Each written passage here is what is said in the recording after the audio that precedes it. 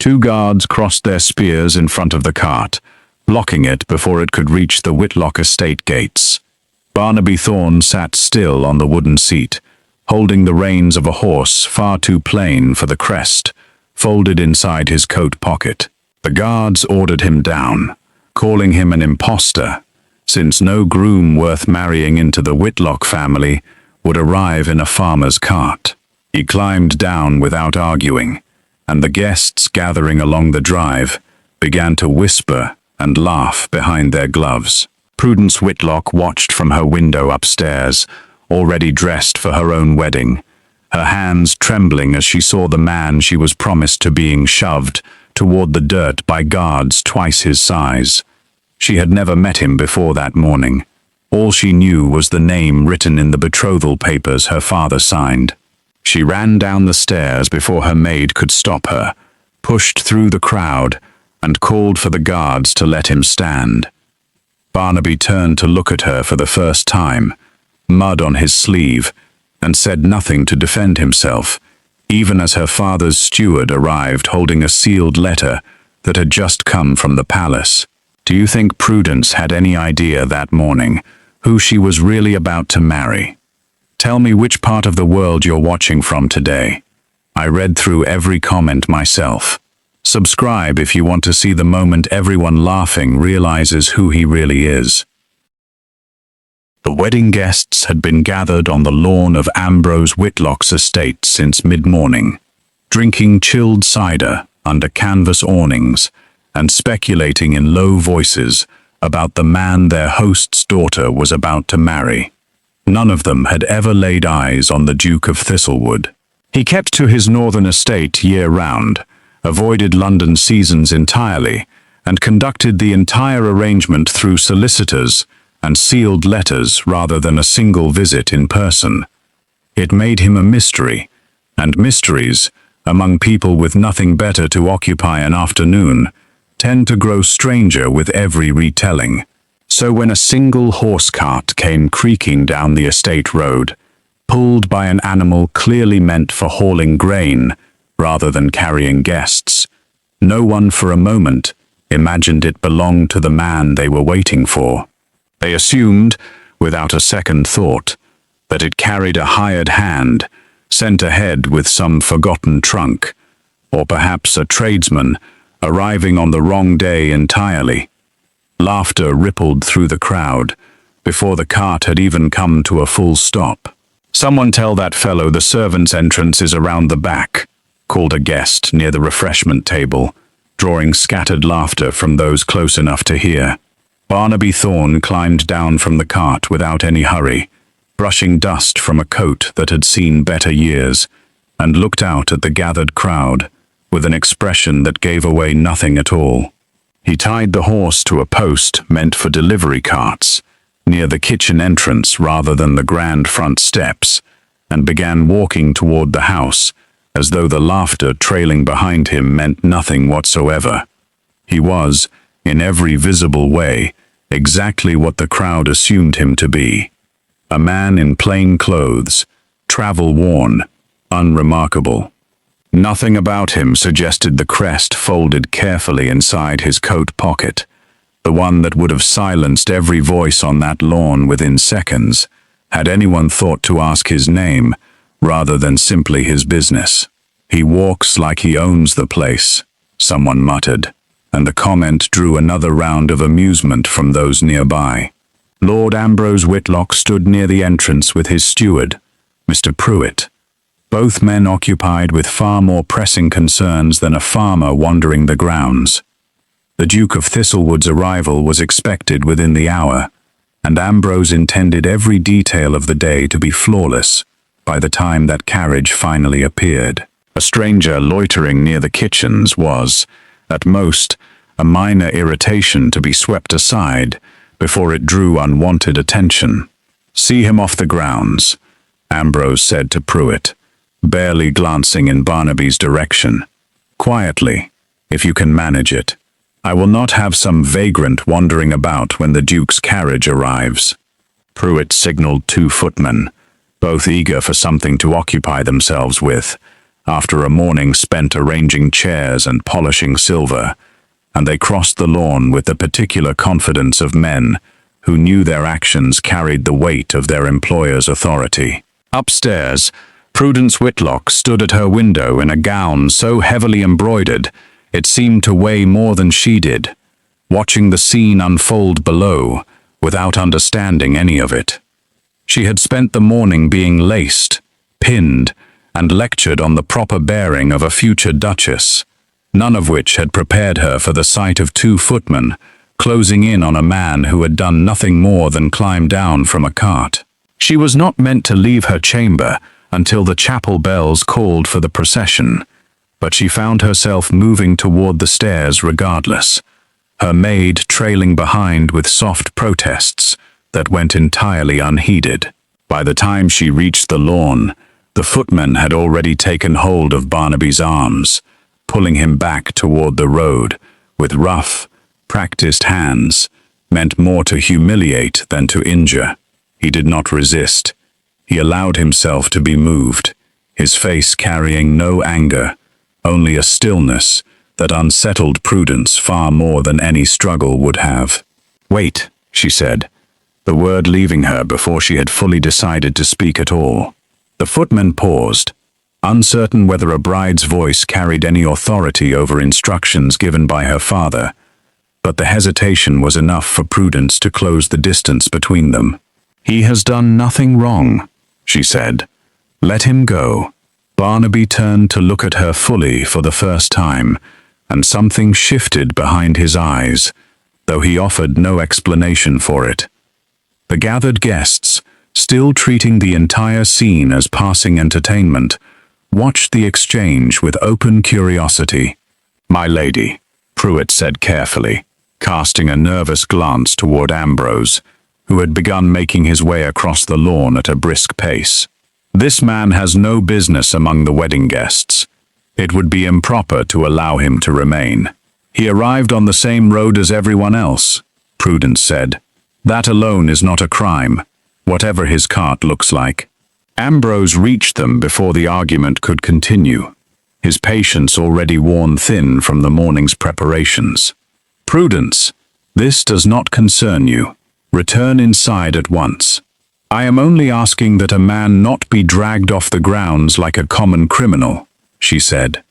"On the day I am meant to marry a stranger I have never once met."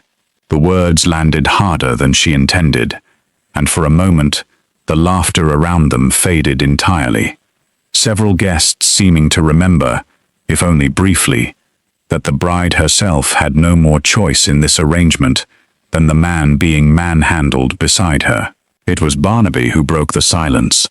"I did not come to disturb anything," he said, his voice level, unhurried. "I only meant to see the grounds where I would soon be a guest, nothing more." It was, in its own way, entirely true, though none present understood the full weight behind it. Ambrose, eager to end the spectacle before it drew further attention, waved the footman back. "Then you will remove yourself from the estate," he said, "and we will speak no further of it." Barnaby inclined his head, a gesture that could have passed for simple courtesy, and turned back toward his cart without another word. Prudence watched him go, aware that something about the entire exchange did not sit right, though she could not yet name what troubled her about it. Harriet Cone, standing near the edge of the gathered crowd, had watched the entire scene with far more attention than most. She had spent enough seasons in London drawing rooms to recognize the particular weight of old gold, and as Barnaby reached up to untie his horse, sunlight caught briefly on a ring at his hand, one far too fine for a man dressed as plainly as he was. She said nothing yet. She only watched, filing the detail away with the quiet patience of someone who understood that some observations were worth more, kept close, than spoken aloud too soon. The chapel bells had not yet rung when word reached the house that the Duke of Thistlewood's carriage, the grand one bearing his crest and outriders, had been delayed several hours by trouble on the northern road. Ambrose received the news with visible relief, believing it explained away any lingering embarrassment from the earlier confusion at the gate. A delayed carriage was an ordinary misfortune, easily forgiven among guests already inclined to gossip about far worse things. He did not yet understand how completely wrong that assumption was. Harriet found her cousin, Lord Osric Bramwell, near the refreshment tables, and drew him aside with an urgency that surprised him. "The man they sent off earlier," she said quietly. "Did you see the ring on his hand?" Bramwell frowned, uninterested. "I saw a farmer removed from grounds he had no business standing on." "I saw a crest," Harriet said. "The same one I have seen pressed into the seal of Thistlewood correspondence in my uncle's study. Old gold, a wolf, standing beneath a crown of oak leaves. That is not a ring worn by farmers." Bramwell's expression shifted slowly from dismissal to calculation. If the man cast off the lawn less than an hour earlier truly carried the Duke's own seal, there was only one explanation worth considering, and it was not one that reflected well on anyone who had laughed at his expense that morning, himself included. He said nothing further to Harriet, choosing instead to watch the gates himself, waiting to see whether her suspicion proved true. Meanwhile, Prudence had returned to her chamber only long enough to satisfy her mother's insistence, then slipped out again through the side garden the moment she was left alone, unwilling to sit idle, while the wedding she dreaded crept steadily closer. She found the drive near the kitchen empty, the cart and its owner gone entirely, and felt an unexpected pang of guilt at how easily her father had dismissed him. She did not know his name. She did not understand why the memory of his calm, unbothered expression stayed with her far more persistently than any thought of the Duke she was set to marry within the hour. It was nearly noon, as guests grew restless waiting for word of the delayed carriage, when a rider in formal livery appeared at the estate gates, dismounting quickly to speak with the guards before they could wave him toward the grand entrance meant for arriving nobility. He carried a single sealed letter addressed directly to Lord Ambrose Whitlock, and he insisted it be delivered without delay. Ambrose broke the seal with hands that were not entirely steady, and as he read, the color drained slowly from his face. The letter, written in the hand of the Duke's own solicitor, explained that His Grace had chosen to travel ahead of his formal carriage that morning, wishing to arrive quietly and observe his intended bride's household without the ceremony his title usually demanded. It went on to describe, in careful detail, exactly what he had been wearing and exactly which road he had taken to reach the estate gates. Ambrose read the description twice, before the full weight of it settled over him. The farmer removed from his lawn less than 2 hours earlier, dragged by the arms and laughed at by half the guests now gathered on his own grounds, had been the Duke of Thistlewood himself. He looked up, just as the same cart reappeared at the edge of the drive, this time drawing every eye on the lawn the moment it came into view. Barnaby Thorne climbed down slowly, dressed exactly as he had been that morning, and this time no one among the gathered crowd found anything the least bit amusing about it. The laughter that had followed him earlier curdled instantly into stunned silence as guests began piecing together what the letter in Ambrose's shaking hands had already confirmed. Prudence stood frozen near the garden entrance, watching the crowd part before him in a way it never had the first time he arrived. She thought of her own words to the footman only an hour earlier, of the small mercy she had offered a man she believed had nothing at all to his name, and felt something close to disbelief settle heavily in her chest. "You," she said quietly, once he was close enough to hear her, "you let them drag you off your own bride's front lawn." "I wanted to see who among this household would defend a man they believed had nothing to offer them," Barnaby said. "You were the only one who did."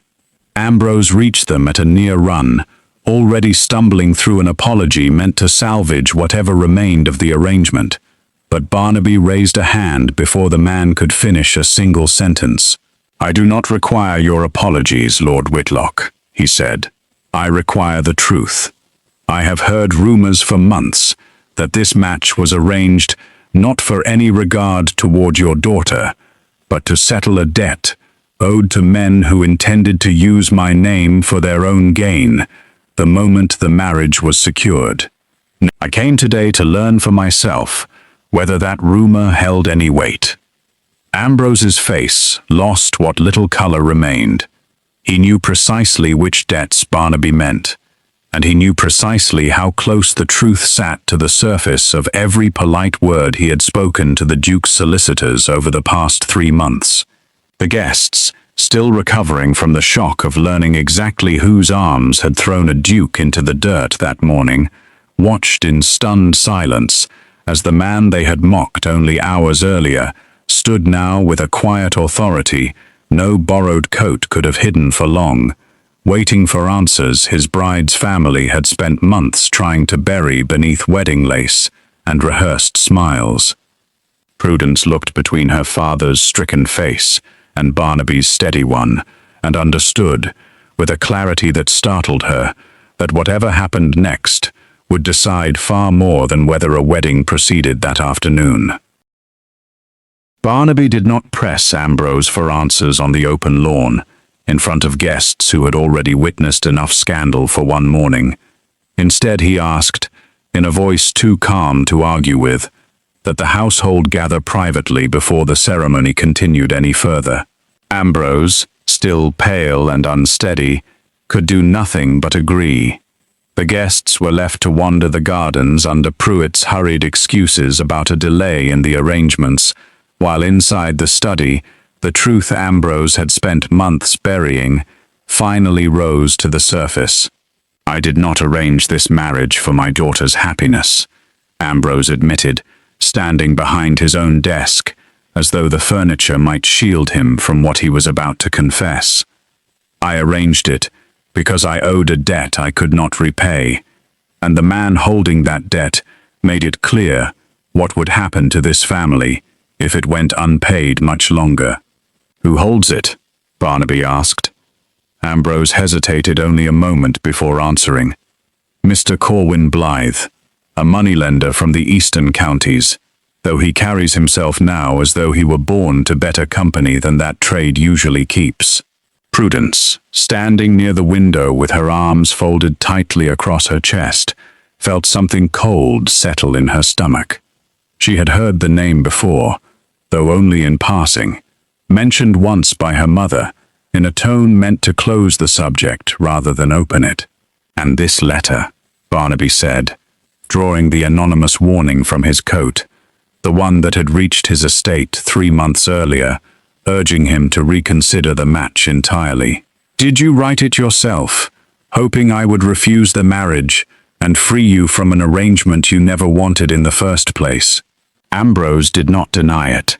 "I wrote it in a moment of desperation," he said. "I believed if you withdrew the offer, Blythe would have no reason to pursue the debt through my daughter's marriage at all. I did not expect you to come anyway.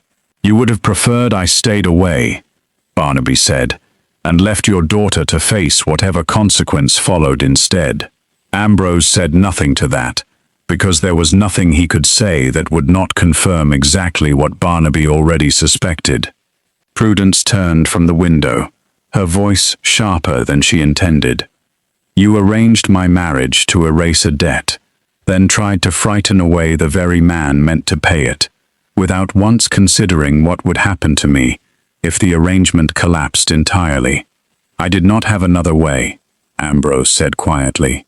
"Blythe made it clear this family would lose everything. The estate, your mother's remaining jewelry, even the roof over our heads, if the debt went unsettled past this season." Barnaby studied him for a long moment, weighing a truth that explained a great deal without excusing any of it.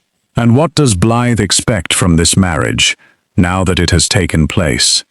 "A portion of the settlement," Ambrose admitted, "paid quietly, once the ceremony is finalized and no longer able to be undone." Outside the study door, unseen by any of them, Lord Osric Bramwell had positioned himself close enough to hear most of the conversation through the gap beneath the frame. He had followed Pruitt's hurried path toward the study, out of simple curiosity at first. But what he overheard now offered something far more valuable than idle gossip: a debt. A moneylender with claims on the Whitlock estate. A duke who had arrived in disguise, specifically because he distrusted the family he was marrying into. Bramwell had wanted Prudence for himself long before her father decided a duke's fortune outweighed a neighboring lord's more modest affections. He had told himself, over the months since the betrothal was announced, that his interest in seeing the marriage fail was born purely of wounded pride. Standing now in the hallway, listening to the shape of a much larger scandal forming behind the study door, he realized pride was no longer the only motive worth pursuing. He left quietly before anyone noticed him there, already turning the information over in his mind, searching for the shape it might take once properly used. By the time the household gathered again for the delayed wedding breakfast, word had spread quietly among the closest guests that something unusual had occurred, though no one outside the study understood the full truth of it. Harriet Colne watched Bramwell's face throughout the meal, recognizing an expression she had seen on him before, the particular stillness he wore whenever he believed he had found leverage worth using. "What did you hear?" she asked him quietly, once the other guests had moved on to lighter conversation. "Enough," Bramwell said, "to know that this marriage stands on far shakier ground than anyone here realizes. And you intend to do what with that knowledge?" Bramwell smiled thinly. "I intend to make certain it reaches the right ears at the right moment. A duke does not appreciate discovering, after the fact, that his bride's family sold him into a debt disguised as a marriage contract." Harriet's expression hardened. "You would ruin her over a wound to your own pride." "I would simply ensure the truth is known," Bramwell said. "What the Duke chooses to do with it afterward is entirely his own decision." Harriet said nothing further, though she resolved privately to warn Prudence before Bramwell could act on whatever scheme he was already assembling behind his calm exterior. That evening, as the last of the guests finally departed, and the estate settled into an uneasy quiet, Barnaby found Prudence alone in the garden, standing near the same path where they had first exchanged more than a handful of words earlier that day. "You did not have to defend me this morning," he said, "before you knew who I truly was." "I did not defend a duke," Prudence said. "I defended a man being dragged through the dirt for no reason beyond the cart he arrived in. I would have done the same, regardless of what letter eventually proved him a farmer or a duke." "I believe that," Barnaby said. "It is, in fact, the only reason I allowed the ceremony to continue at all today." She turned to face him fully. "And now, knowing what my father did, arranging this marriage to settle a debt, rather than out of any true regard for either of us." Barnaby considered the question carefully before answering. "Your father's debts are his own burden to answer for," he said. "I do not intend to hold you responsible for choices you had no part in making. But I will not allow a man like Blythe to believe he has purchased any claim over this family through the arrangement, whatever your father promised him in private. You intend to fight him. I intend to make certain he understands exactly how little power he holds now that the marriage has been completed under my name rather than your father's alone." Prudence studied him in the fading evening light, searching for some sign of the calculation she had expected from a man of his rank, and finding instead something closer to quiet resolve. "You are not at all what I imagined, these past 3 months, waiting to meet the stranger I was told to marry." "Nor are you," Barnaby admitted, "though I confess I imagined very little kindness from a household desperate enough to arrange a marriage to settle its debts." Their conversation was interrupted by the sound of footsteps on the garden path, and both turned to see Harriet approaching quickly, her expression tight with urgency she had not shown all afternoon. "Forgive the intrusion," she said, "but I believe you should both know that Lord Bramwell overheard a portion of what was discussed in the study this afternoon. He intends to spread word of the debt and the arrangement behind this marriage, and I do not believe he means to be gentle in how he does it." Prudence's stomach tightened at the news, though Barnaby's expression remained largely unreadable. "What does he stand to gain from such a scheme?" Barnaby asked. "Satisfaction, mostly," Harriet said. "He wanted Prudence for himself once, before her father chose your title over his more modest fortune. I do not believe he has forgiven the slight, whatever he claims otherwise in polite company." Barnaby was quiet for a long moment, weighing the shape of the threat against what little he already knew of Bramwell from the brief exchange in the chapel earlier that day. "Then we will need to reach Blythe before Bramwell does," he said finally. "If the moneylender believes his claim on this family's debt is at risk of public exposure before he has been paid, he may act far more rashly than either of us can afford." "You would go to him directly?" Prudence asked, startled by the suggestion. "I would rather control how this truth reaches the world than allow Bramwell to shape it into whatever scandal suits his own wounded pride," Barnaby said. "A debt settled quietly, on my terms, ends this threat before it ever fully forms. A debt exposed by a bitter suitor becomes something far harder to contain." Harriet nodded slowly, though her expression remained troubled. "Bramwell does not tend to move slowly once he has decided on a course. If you intend to reach Blythe first, I would not wait until morning to begin." Barnaby turned to Prudence, something unspoken passing between them in the quiet of the garden. "This is no longer only your father's burden to answer for," he said. "It has become mine as well, the moment I placed a ring on your hand this afternoon. I do not intend to let either of you carry the weight of it alone." Prudence felt something shift in her chest at those words, an unfamiliar warmth settling where dread had sat for months. She had expected, walking down the aisle that morning, to marry a stranger indifferent to anything beyond the contract binding them together. She had not expected a man willing to stand between her family and the consequences of choices she had never made herself. "Then let us reach Blythe before Bramwell has the chance to ruin what remains of this day," she said. Barnaby studied her for a moment, something close to approval settling into his expression. "You intend to come with me?" "I do not intend to sit in a garden waiting to learn my own fate second-hand," Prudence said. "Whatever happens next, I would rather see it happen with my own eyes." Harriet watched the exchange with quiet interest, already turning over how best to delay Bramwell long enough to buy them the time they needed. "I will keep him occupied tonight," she said. "He trusts me enough not to suspect I am working against him. That should give you both until morning, at the least." Barnaby thanked her with a nod, already turning toward the stables where the same worn cart still waited, far less conspicuous now for a journey meant to happen under cover of night than it had been for a wedding meant to be seen by all. As they made their way across the darkening lawn, Prudence glanced back once toward the house, where her father remained, shut inside his study, the weight of his own choices finally catching up to him in ways he could no longer control.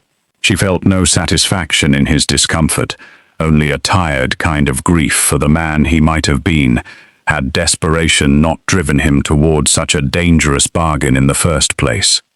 Ahead of her, Barnaby helped her into the cart, with a steadiness that belied the uncertainty of what waited for them on the road to Blythe's estate. Neither of them spoke, as the horse pulled away from the Whitlock gates, the same gates where laughter had greeted his arrival only that morning, though nothing about the silence between them now felt anything like the mockery that had followed him earlier that day. It felt, instead, like the beginning of something neither of them had expected to find inside a marriage arranged to settle a debt neither of them had chosen to owe.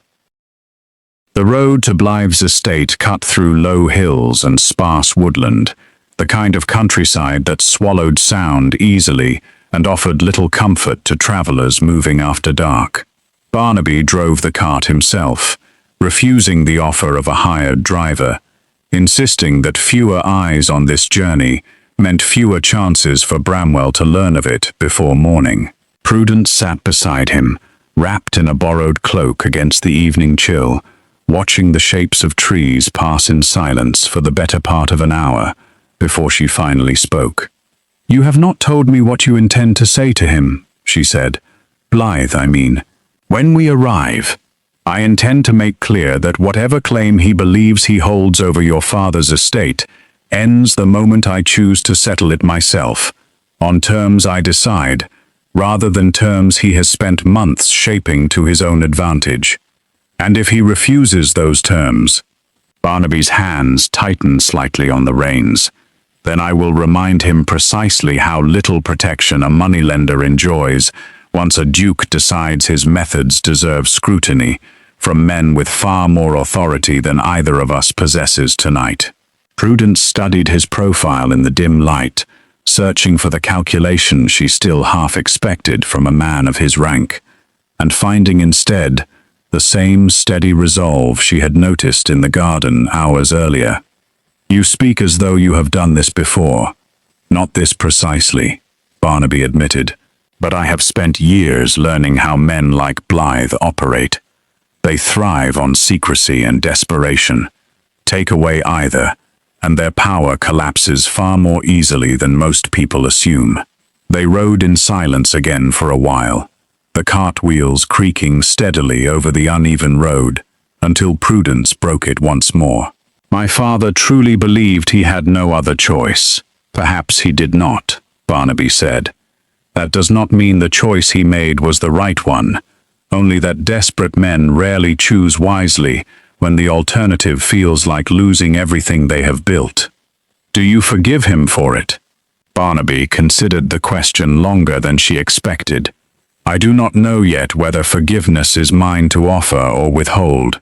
What I do know is that you did not deserve to be bargained away to settle a debt you never created, and I intend to make certain the consequences of that bargain fall where they belong, not on your shoulders." Something in his voice, quiet and certain, settled a warmth in Prudence's chest that she had not expected to feel, toward a man she had known for less than a single day. She said nothing further, only watched the road ahead, grateful for the darkness that hid how his words had affected her. They reached Blythe's estate a little past midnight, a modest but well-kept house, set back from the road behind an iron gate that seemed newer than the rest of the property, as though recently added by a man eager to project more security and standing than he had actually earned. A single lamp burned in an upstairs window. Barnaby left the cart near the gate and approached the door himself, instructing Prudence to remain seated, despite her clear reluctance to be left behind. "If this becomes something more dangerous than a conversation," he said, "I would rather you be free to ride for help than be trapped inside with me." She did not argue further, though she watched him cross the courtyard, with her heart lodged firmly in her throat. The door was answered, after several long minutes, by a servant who clearly had not expected visitors at such an hour, and who nearly refused entry entirely until Barnaby produced the ring from his coat and asked, quite simply, whether his master would prefer to be woken now or embarrassed later by a debt collector's own debts becoming public knowledge come morning. The servant disappeared quickly, and moments later, Corwin Blythe himself descended the stairs in a dressing gown, his expression shifting rapidly from irritation to wariness as he recognized the crest on the ring Barnaby still held loosely in his hand. "Your Grace," Blythe said, his voice carrying the particular smoothness of a man well practiced in disguising unease. I confess I did not expect a visit tonight. Of all nights. I imagine you did not expect a great many things about today, Barnaby said, including the fact that the marriage you engineered through Lord Whitlock's debt has already taken place, entirely beyond your ability to prevent or profit from it as you intended. Blythe's smile faltered only slightly.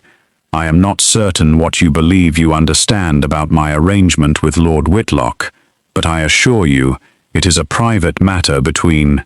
It stopped being private the moment it became the reason a man arranged his own daughter's marriage out of fear rather than affection, Barnaby said. I have come to settle the debt myself, in full, tonight, on the condition that you sign a release, absolving the Whitlock family of any further claim, real or invented, going forward. And if I decline such generous terms, then I will spend considerably more effort than I intended tomorrow morning, ensuring that every man of standing in this county learns precisely how you have built your fortune, preying on families too proud to admit their desperation publicly, Barnaby said. I suspect that knowledge would cost you a great deal more than the debt itself is worth. Blythe's composure cracked further, the calculation behind his eyes shifting visibly as he weighed the threat against whatever profit he had hoped to extract from the arrangement over time. You would ruin a man's livelihood over a debt already being settled through entirely legal means. I would ruin a man's reputation who believed my marriage existed to serve his profit rather than any genuine regard for the people involved, Barnaby said. Consider it a mercy that I am offering you a way to walk away from this with your fortune largely intact, rather than exposed entirely. The silence stretched long enough that Prudence, still waiting in the cart, felt certain something had gone wrong inside.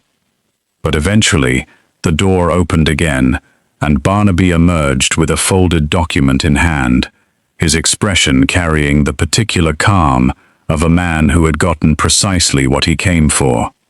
It is done, he said, climbing back into the cart beside her. Blythe has released your father from the debt entirely, in writing, in exchange for a sum considerably smaller than what he originally hoped to extract over years of quiet pressure. Prudence exhaled a breath she had not realized she was holding. He agreed so easily. Men like Blythe rarely fight battles they know they cannot win, Barnaby said. The moment he understood I was willing to risk more than he was, the negotiation was already finished. They began the ride back toward the Whitlock estate, as the first hints of dawn crept along the horizon, both of them quiet, with the particular exhaustion that follows a long night finally settling into relief. Prudence found herself watching Barnaby more openly now, no longer the wary stranger she had married out of obligation, but a man who had, within a single day, upended everything she believed a marriage of convenience could offer. Thank you, she said quietly, for not simply walking away this morning, when everyone laughed at you. I very nearly did, Barnaby admitted, until I saw you run down those steps, for a man you believed had nothing at all to offer you in return. Neither of them spoke again for the remainder of the ride, though something had settled comfortably into the space between them, quieter and steadier than either had expected from a marriage that began in mud and mockery only the day before. They arrived back at the Whitlock estate as the household was only beginning to stir, the earlier chaos of the wedding replaced now by an uneasy stillness that seemed to hang over every room. Ambrose met them in the entrance hall, his face carrying the particular grey exhaustion of a man who had not slept, clearly expecting the worst news possible after a night spent imagining every way his desperate bargain might collapse further. Barnaby handed him the signed release without preamble. The debt is settled, he said. Blythe has no further claim on this family. In writing, witnessed and sealed. Ambrose read the document with trembling hands, disbelief slowly giving way to something closer to shame as the full weight of what his son by marriage had done for him settled in. "I do not know how to repay such kindness." "You can begin," Barnaby said, "by never again arranging your daughter's future around debts she did not create, and by trusting that honesty, however uncomfortable, serves this family better than desperate schemes ever will." Ambrose nodded, unable to offer more than that in the moment, and retreated quietly to his study, the document clutched carefully in his hands, as though it might dissolve if he loosened his grip. It was Pruitt who found Prudence a short while later, his expression tight, with an urgency that immediately set her nerves on edge again. "My lady, forgive the intrusion, but Lord Bramwell has arrived, insisting on speaking with your father at once. He claims to carry information he believes the entire county deserves to hear before the day is finished." Prudence's stomach dropped. Harriet's warning from the night before returned to her sharply, and she hurried toward the drawing room with Barnaby close behind her, both of them arriving just as Bramwell was finishing an accusation loud enough to carry through the open doorway. A debt disguised as a marriage, arranged to save this family from ruin at the expense of a duke's own dignity, Bramwell was saying to a small gathering of guests who had lingered overnight, his voice carrying the particular relish of a man who believed he had finally found his moment. "I wonder how many among us would call such an arrangement a true marriage at all, rather than a transaction dressed in wedding lace." "It was a debt," Barnaby said, stepping into the room with a calm that immediately drew every eye toward him. "That no longer exists, Lord Bramwell, having been settled in full last night, along with any claim Mr. Blythe once believed he held over this family's future." Bramwell's confidence faltered, though he recovered quickly. "Settled or not, the arrangement itself speaks to the true nature of this marriage. A duke, deceived into a match, built on debt rather than honest regard." "I was not deceived," Barnaby said. "I arrived disguised specifically because I suspected exactly this kind of arrangement, and I chose to proceed with the marriage regardless, once I found something in this household worth trusting, far more than the circumstances that first brought me here." He turned toward Prudence, extending a hand she took without hesitation, understanding instinctively what he intended to demonstrate in front of the gathered guests. "Whatever debt existed between our families has been settled," Barnaby continued, addressing the room now, rather than Bramwell alone. "What remains is a marriage entered into honestly, by two people who chose, in the end, to trust one another, despite every reason circumstance gave them not to. I do not believe that requires defending to anyone gathered in this room, least of all a man whose interest in this family's affairs seems considerably more personal than he cares to admit." The comment landed precisely where Barnaby intended, and several guests turned toward Bramwell, with new understanding dawning on their faces, recalling now the rumors from seasons past about his own failed pursuit of Prudence's hand, before her father chose a duke's fortune over a neighboring lord's more modest affections. Bramwell's composure cracked fully under the weight of those knowing glances. "This has nothing to do with old affections," he said, though his voice had lost the earlier confidence entirely.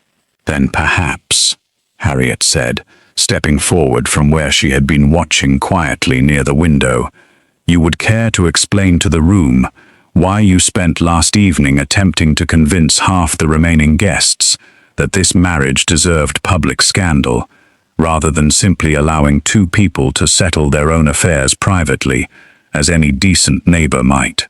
The room's attention shifted fully toward Bramwell now, and whatever satisfaction he had hoped to find in exposing the Whitlock family's desperation dissolved entirely under the collective judgment of guests who had, only a day earlier, been perfectly willing to laugh at a stranger in a farmer's cart without a second thought for the consequences. Bramwell left the estate within the hour, his reputation among the gathered guests considerably diminished, though Prudence found she felt no particular satisfaction in watching him go. She understood, standing beside Barnaby in the aftermath, that the truth of the morning mattered far less now than what had grown between them across a single extraordinary day. "You did not have to defend the marriage so publicly," she said, once the drawing room had finally emptied. "I did not defend it for the sake of appearances," Barnaby said. "I defended it because it happens to be true.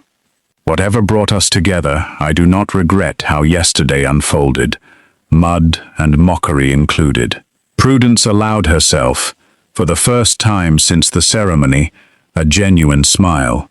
"Nor do I," she admitted, "though I suspect neither of us will ever forget quite how it began."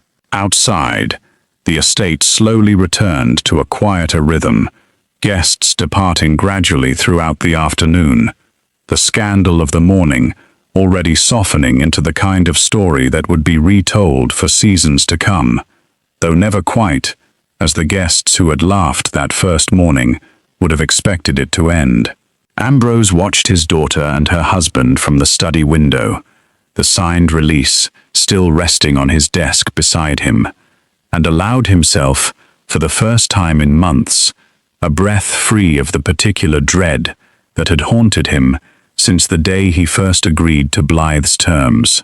Whatever remained to be settled between his family and the man his daughter had married, he understood now that it would not be settled through fear or desperation, but through the same steady honesty Barnaby had shown from the very first moment he climbed down from that farmer's cart and let a laughing crowd believe exactly what they wished to believe about him.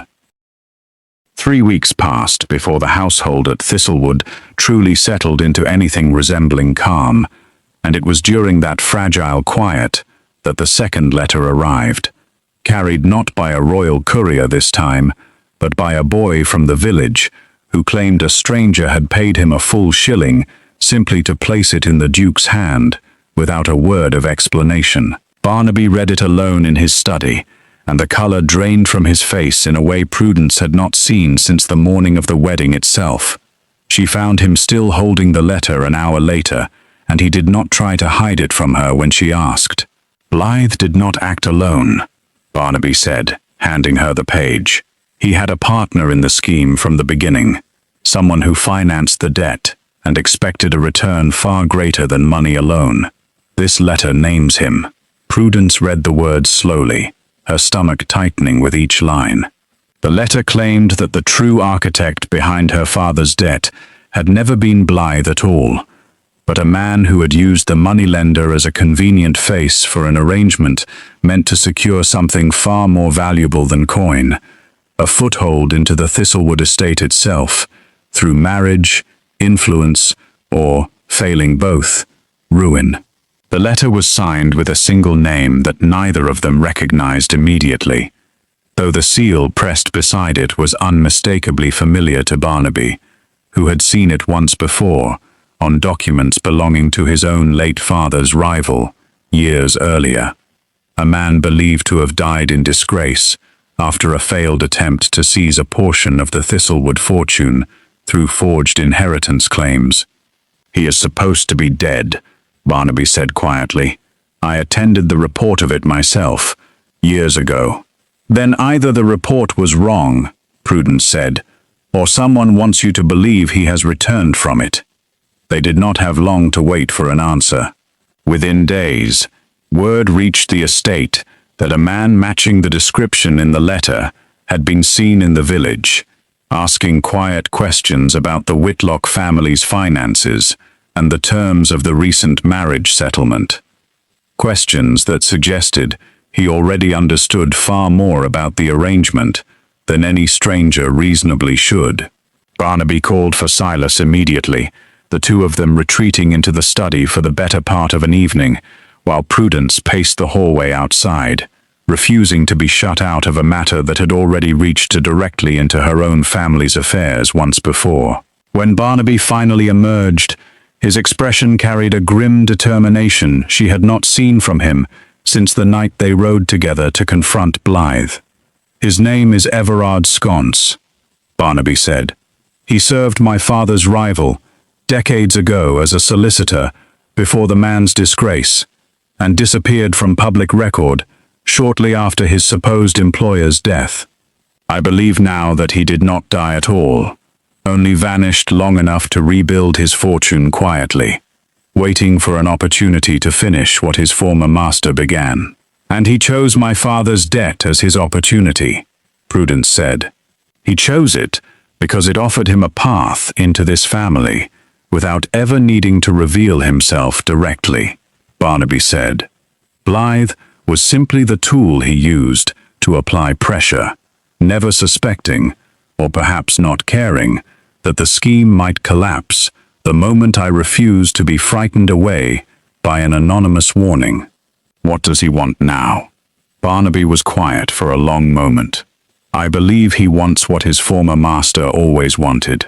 A claim, however small, on the Thistlewood fortune, secured through whatever means remains available to him, now that the marriage has already taken place, beyond his ability to prevent it." They did not have to wait long to learn exactly how far Sconce intended to go. 2 nights later, a fire broke out in the estate's northern stables, though it was discovered quickly enough that only a single storage room suffered real damage before the staff managed to contain it.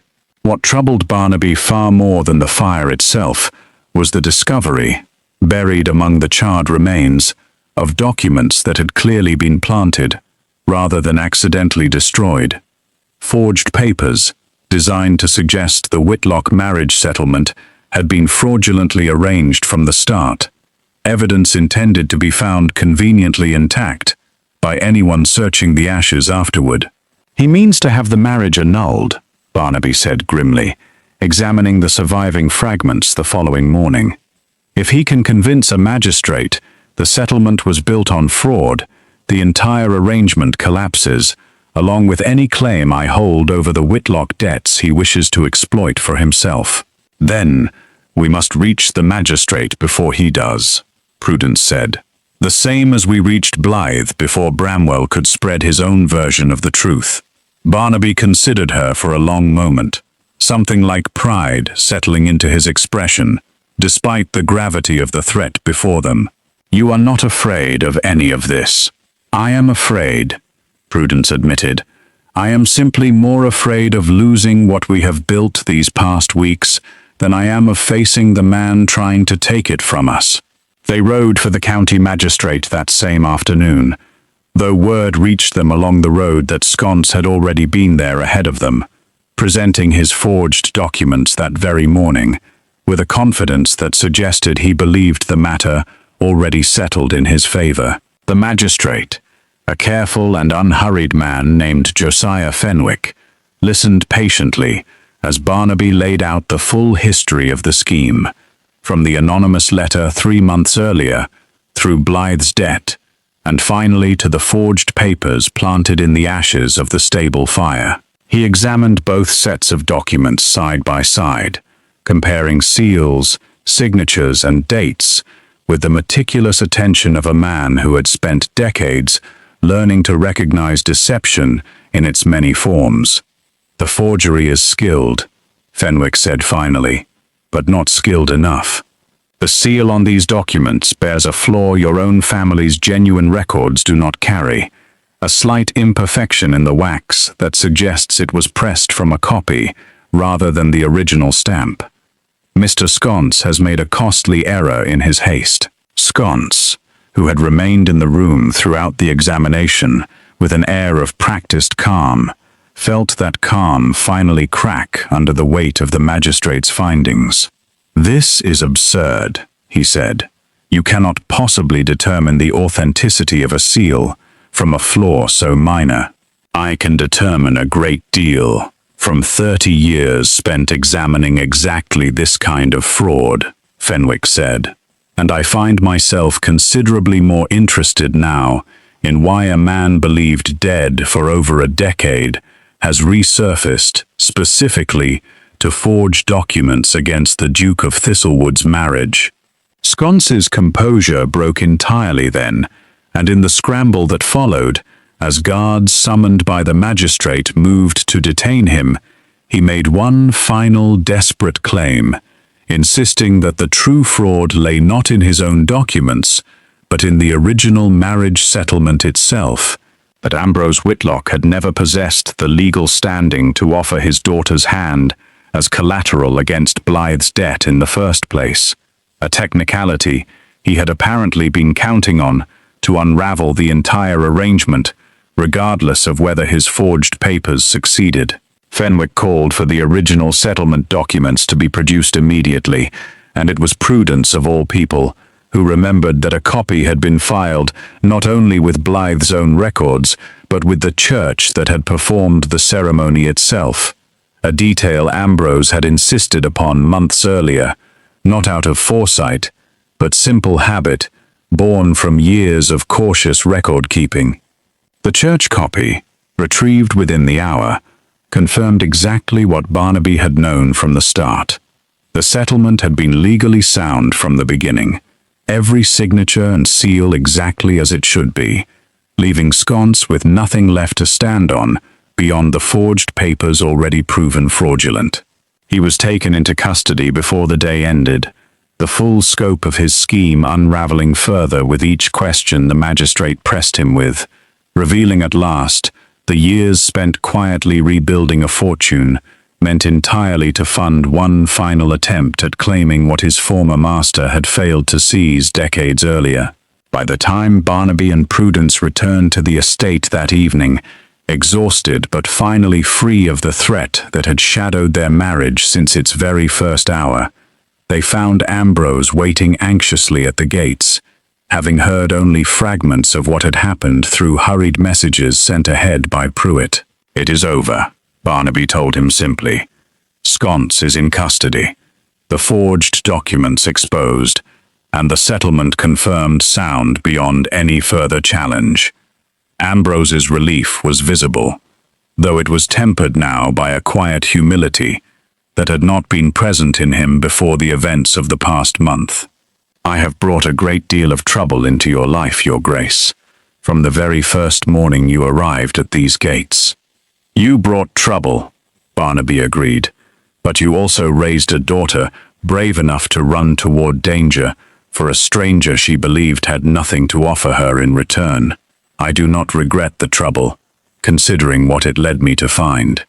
Prudence, standing beside him in the fading evening light, felt the last remaining tension of the past weeks finally begin to ease from her shoulders. She thought of the laughter that had greeted Barnaby's arrival that first morning, the mockery of guests who saw only a farmer's cart and a plain coat, never once suspecting the man beneath either.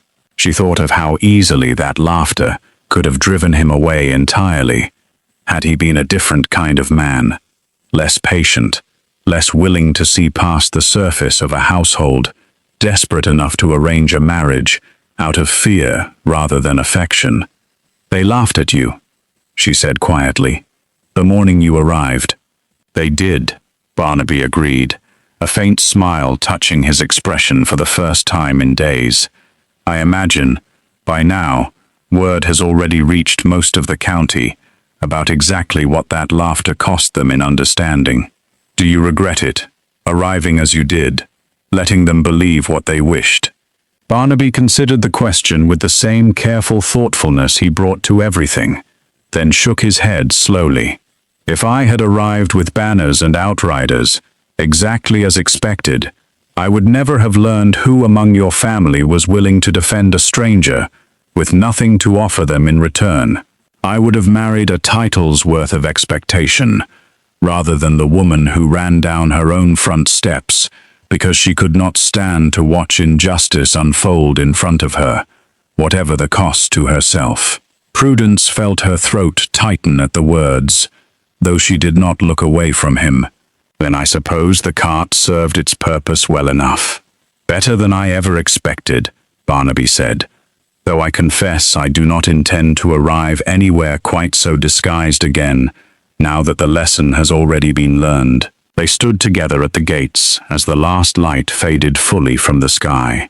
the estate behind them finally settling into the kind of peace neither of them had believed possible on that first chaotic morning, when a broken cartwheel and a crowd's careless laughter had set in motion far more than either of them could have imagined. Ambrose watched them from a distance, understanding at last that whatever mistakes had brought this marriage into being, something far stronger than debt or desperation had grown from it in the weeks since. Something built on honesty rather than fear, and trust earned the hardest way possible, through mud, mockery, and the quiet courage of a daughter who had never once stopped to ask whether the stranger in the cart deserved saving before she ran to save him anyway.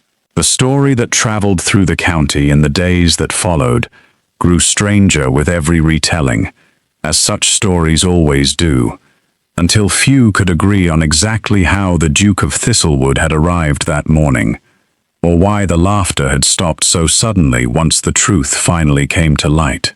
But those who had stood closest to it, who had watched a duke climb down from a farmer's cart and let himself be dragged through the mud without a single word of protest, understood the truth of it well enough to never forget it. However the story changed, in the mouths of those who had only heard it second-hand.